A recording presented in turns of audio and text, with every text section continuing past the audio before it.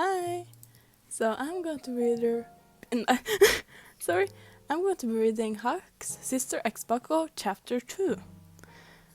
Thank you guys all so much for my last video of this series. Yeah, let's begin. You got dressed into the Chapter 2, Quirk Assignment Part 1. You got dressed into the given uniform. You didn't really mind it though. It was unfortunately did huge your form quite fittingly. Walking out to meet everyone, you bumped into the same hedgehog from class. Oh, excuse me, you started but he cut you off. Where you going, dumbass? He screamed at you. Oh, I know this boy did not just scream at me. He thought as you glared at him. Listen here, extra. Don't you dare talk to me like that. Again, after I tried to apologize to you. You scowled while putting a finger at his chest. He seemed surprised, but tried to cover it up. Without wasting any more time, you scoffed and walked away, unknowingly leaving a very pissed off hedgehog behind. Time skipped to when everyone is together. What, a quirk assignment test? You screamed with the rest of the class.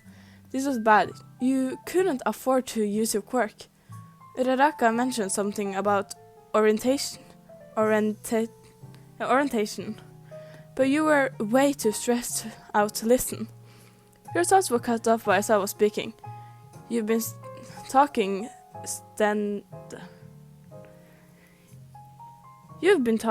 standardized tests for the most of your lives, but never got to use your quirks in the physical exams before. He looked at you as if he was expecting, as he was saying, except for you, which made you gulp. After explaining more about how the country didn't allow those with powerful quirks to excel, he mentioned, Bakugou, you managed to get the most score in the entrance exam. So that's the hedgehog's name, huh?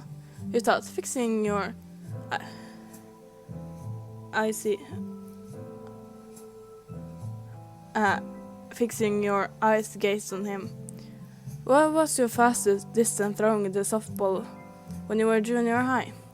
You still had your eyes glued to his form. He wasn't looking quite on the handsome side, actually. Wait, you can't think that? Sure, he was super muscular and had some tons arms that were visible due to the uniform and such. Shaking your head a little bit, but keeping your eyes on Bakugou. You could see Todoroki giving you a worried expression, but by surprise. Bakugou made eye contact with you and smirked, noticing you were looking at him.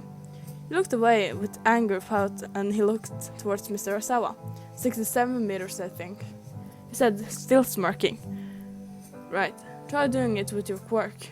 Looking back to see Bakugou walking in the middle of a charged circle on the floor. You analyzed everything about him. Anything goes, just stay in the circle. I saw Mr. Osawa informed Bakugou. Bakugou stretched out. Alright, you got it, man. He said, in a bored tone. Bakugou looked back at you, smugly smiling, making a noise again.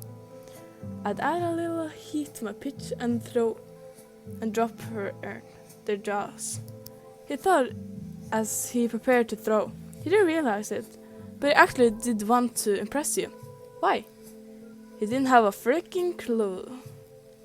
Mr. Osawa went about knowing your maximum capabilities, but you noticed Bakugou looking at you with a smug-ass smirk and crossed arms.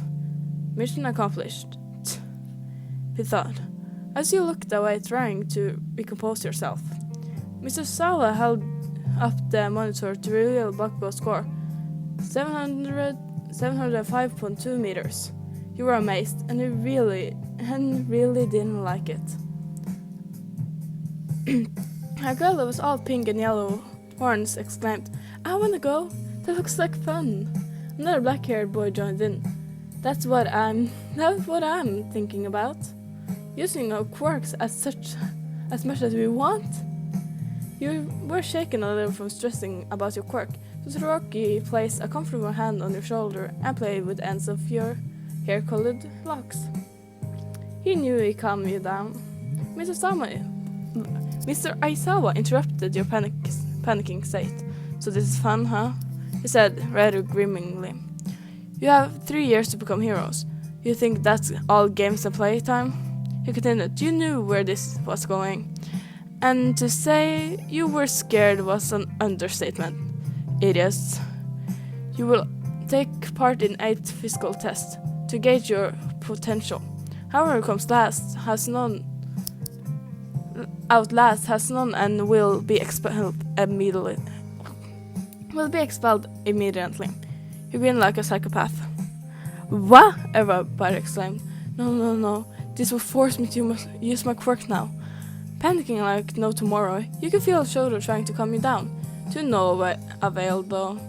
Like I said, I decided how this class runs. He moved some of his messy hair out of his face. Understand?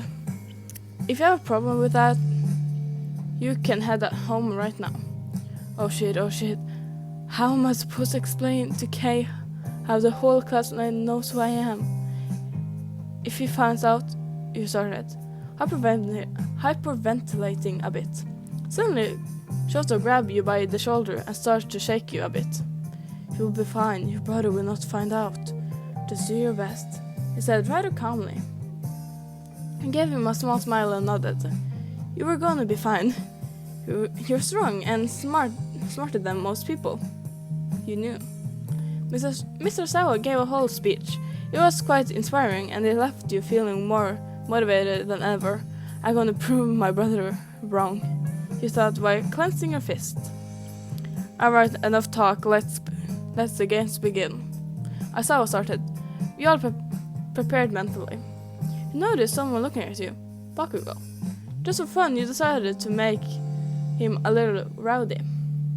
Smirking, you walk over to him and place your hand on your hips. What do you want extra? He scowled at you. I bet I can get a high score than you, hedgehog. You smugly stared him down, straight in the eyes. A battle between easy and crimson. I call it ice and crimson eyes.